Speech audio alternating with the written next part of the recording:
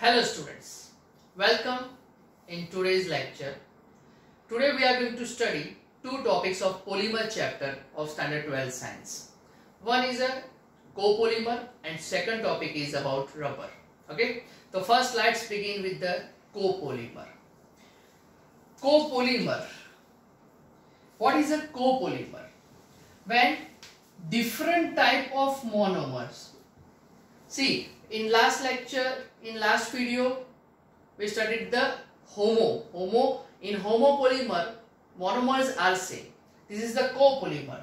That's why we are using the term when different type of monomeric species, that means monomer, polymerized either by chain growth polymerization or by step growth polymerization. Yes, in copolymerization there is a possibility of chain growth polymerization or step growth polymerization. That means copolymer can be formed by chain growth or by step growth. It produces polymer. Such polymer is called copolymer, and the process of formation of copolymer is called copolymerization. It is called copolymerization. Once again we are repeating, when different type of monomeric species polymerized either by chain growth polymerization or by step growth polymerization, polymers form. Such formed polymer is called copolymer and process is called copolymerization. In any copolymer, the multiple units of each polymer is present in the same polymeric chain. In same polymeric chain, it means in same polymer chain, the different type of both the monomers are present. That means here we are taking example of butadiene styrene copolymer. So first we require two monomers. One is N molecules of 1,3-butadiene. As we all know, the 4 carbon and between the first and second and third and fourth carbon, double bond is present. That's why IUPAC name becomes 1,3-butadiene. So one monomer is a 1,3-butadiene and second monomer is a styrene. The formula of styrene is C6H5 CH double bond CH2. That is a styrene. So these two monomers, different type of monomers, when copolymerized, it produces the copolymer. That's name is butadiene styrene copolymer. Here we can see that the one monomer species is of a 1,3-butadiene. Second monomer species is of a styrene. Now as the chain elongates, the next one will be a butadiene, next one will be a styrene. Thus how polymeric chain is obtained, and that is how form copolymer. Clear? Okay, so that is the copolymer. Now students, we are moving on second topic, that is about the rubber. In our previous classes, we studied about the rubber, that we obtained the rubber from the rubber tree. Generally in India, Sri Lanka, Thailand, they farm the rubber trees. They are farming the rubber trees. From the bark of the rubber tree, farmers obtain the rubber. So that rubber is actually a natural polymer. Remember that rubber is actually a natural polymer. Rubber has an elastomeric property. That's why rubber is also known as a elastomer. Yes, because of the elastomeric property, it is a elastomer. Rubber is actually obtained from the rubber latex. Now the question is, what is a rubber latex? So rubber latex is a one type of colloidal dispersion of rubber in water. That is called the rubber latex, and from that rubber latex we obtain the rubber. Rubber is actually considered as a linear polymer. Why it is considered as a linear polymer? So we can see here the structure of linear polymer of rubber, which is of a polyisoprene. So this rubber is actually a structure of 2-methyl-1,3-butadiene. Now 2-methyl-1,3-butadiene, that means here we have a 1,3-butadiene. When on second carbon of the 1,3-butadiene, if methyl is attached, then it becomes 2-methyl-1,3-butadiene. That is called the isoprene. Yes, the monomer of rubber is a isoprene, whose IUPAC name is 2-methyl-1,3-butadiene. This 2-methyl-1,3-butadiene, when polymerized together,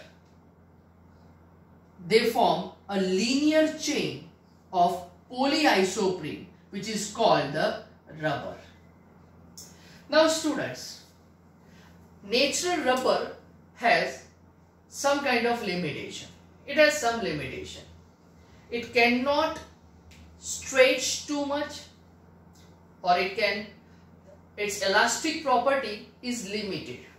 That's why to improve the property of rubber, scientists added some chemicals in the rubber, through which the quality of rubber is improved. Such rubber is called vulcanized rubber, and the process of vulcanized rubber is called vulcanization of rubber. So let's study vulcanization of rubber. Natural rubber has limitation. At higher temperature, that means greater than 335 Kelvin, it becomes the soft. That means it becomes fusible. And at lower temperature, that means less than 285 Kelvin temperature, natural rubber become brittle. That means it is the limitation of natural rubber. To get over this kind of limitation, scientists add sulfur in the natural rubber and obtain vulcanized rubber. Now, how sulfur improve the quality of natural rubber? Sulfur cross link with the monomers of isoprene.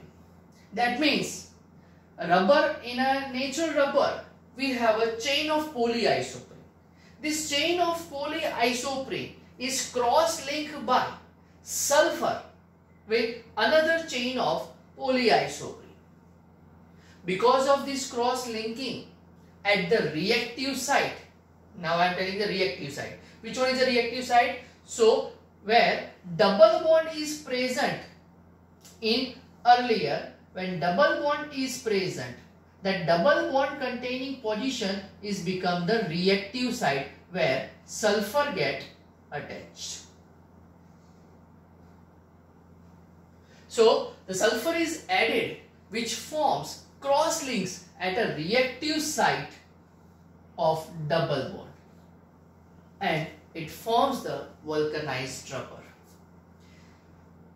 Mainly different kind of proportion of sulfur is added in natural rubber. If natural rubber contains 5% sulfur, then that vulcanized rubber is used in a tire industries to make a tires of vehicle or in a rubber sole.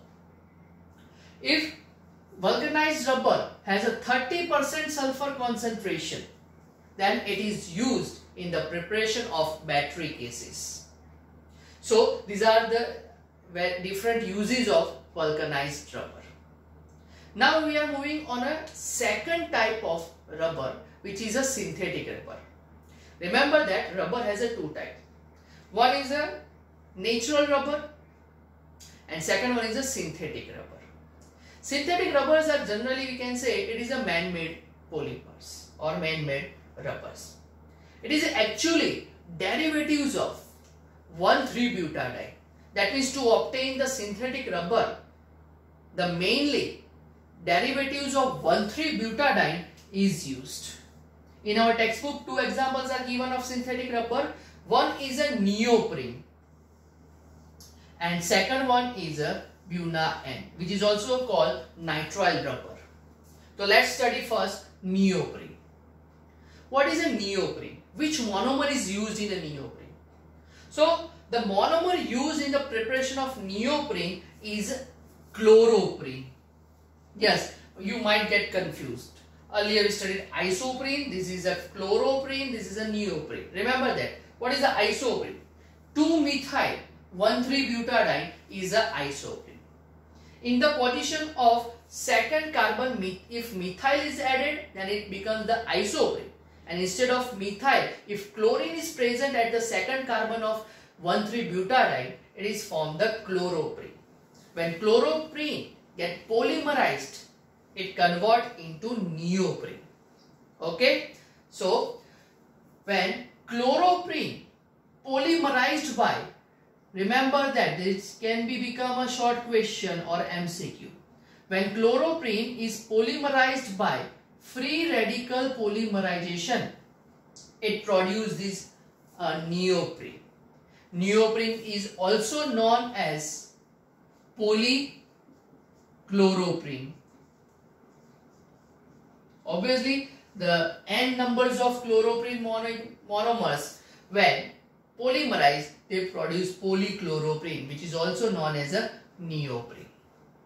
Now, we are moving on second example of buna-N, which is also known as a nitrile rubber. In buna-N, two type of monomers are used. Here we are using two type of monomer, so the polymerization is called copolymerization. Okay, so by the copolymerization of 1,3-butadiene and acrylonitrile, in the presence of catalyst peroxide, we obtain a polymer that is called buna-N. Now here one monomer is a 1,3-butadiene, by which we are very much familiar. Second monomer is a acrylonitrile. Remember that if we are writing CH2 double bond CH C6H5, then it becomes the styrene. Instead of C6H5, if we are writing chlorine, then it becomes vinyl chloride, which is used in the polyvinyl chloride. And instead of chlorine, if we are writing cyanide, Cn, then it becomes the vinyl cyanide, which is also known as acrylonitrile. So when n numbers of 1,3-butadiene and n numbers of acrylonitrile copolymerized in presence of peroxide catalyst, we obtain the nitrile rubber, which is also called as a buna-N. Okay, so today we cover the two topics. First is a copolymerization and second topic is about the rubber. Two types of rubber: natural rubber, in which we also studied about the vulcanization of rubber, and the second one is a synthetic rubber, in which we studied two examples. One is a neoprene and second one is a buna-N. I hope now you are very much aware by the copolymerization and about the rubbers. So students, if you like today's video, then press like button and subscribe my channel. Thank you.